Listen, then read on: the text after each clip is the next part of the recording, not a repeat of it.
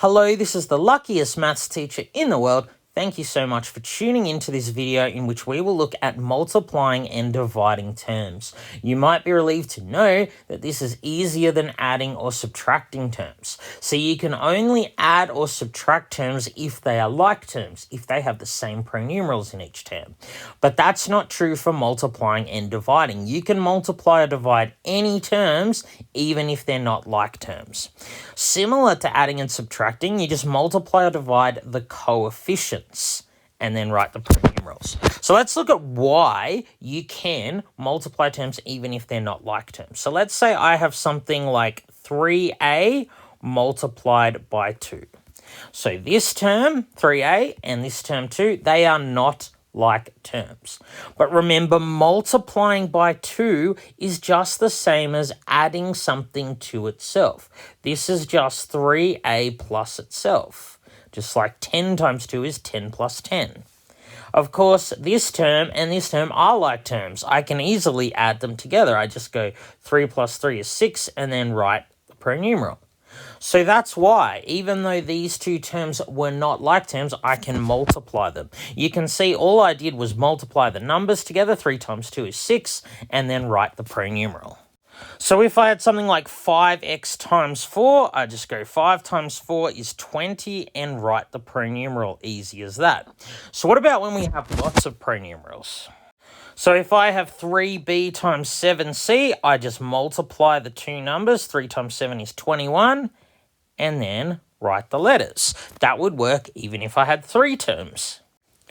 So 6x times 4y times 2z. 6 times 4 is 24, times 2 is 48. I just multiply the coefficients together and then write all of the pronumerals, x, y, z. How easy is that? So sometimes you'll see negatives. So if I have something like minus 3x times minus 4y, don't be afraid of the negatives. Minus 3 times minus 4, you know that two negatives multiply to give a positive. And then I just write the pronumerals. Now, if I have something like this, let's say I have 5a times 2a. Okay, well, I'm going to do that similarly. 5 times 2 is just 10. But a times a, I could write AA, but we're used to writing it like this, a squared. So remember, a times a is a squared, x times x is x squared. This little 2 here just means a is being multiplied by itself twice. I did that here because I have two a's being multiplied together. All right, let's look at some division. So let's say I just had 12x divided by 3.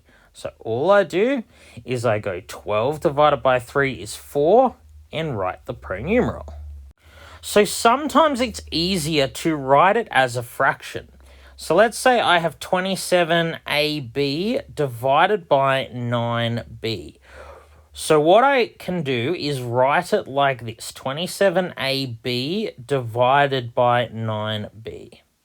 Because this line here means divide. And this will just help us keep track. Now, what I do is I do the coefficients. So I'm going to go 27 divided by 9 is 3. But this time, I'm dividing by a pronumeral. So when you have a pronumeral on the top and bottom of a fraction, you can just cross it out like I've done here. So I'm left with an answer of 3a. So what I've done here is I went 27 divided 9 is 3. But b divided by b, they cancel each other out. Anything divided by itself is just 1. So I got rid of the b's here by writing it like that. All right, let's look at one more special case of when we're multiplying terms together, and that's the distributive law.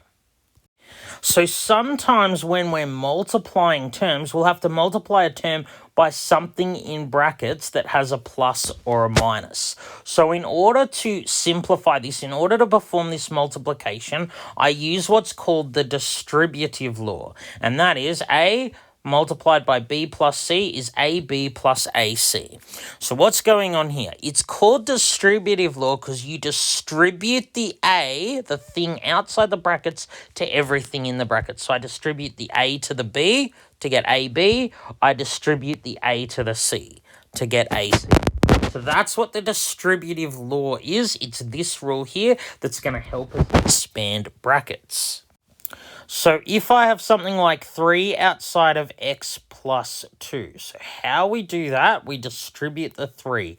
We go 3 times x is just 3x, and then 3 times positive 2 is positive 6. These two terms are not like terms, so I can't simplify this any further. So let's say I had 4 outside of y minus 5. So distributive law, I distribute the 4 to the y. 4 times y is 4y. And then I distribute the 4 to the minus 5. 4 times minus 5 is negative 20. Remember, two negatives multiplied together make a positive, but a positive times a negative is always a negative. So let's say I had to multiply 3 by 2a minus 7. By the way, I know it's multiply because there's no operation written here. Remember, if there's no operation written, it's always times, like 2a means 2 times a. So I'm going to use the distributive law. Distribute the 3 to the 2a. 3 times 2a, remember, is just 6a. 3 times minus 7, 3 times 7 is 21, and a positive times a negative is a negative. I can't simplify this any further because these two are not like terms. So sometimes you might have to do it with a minus. So let's say I have minus 4 outside of x minus 3. So I go minus 4 times x, distribute the minus 4 to the x, and then minus 4 times minus 3, negative times a negative gives me a positive. So there, I'm done. All right, thank you so much for tuning into this video. This has been the luckiest maths teacher in the world. Have a great day.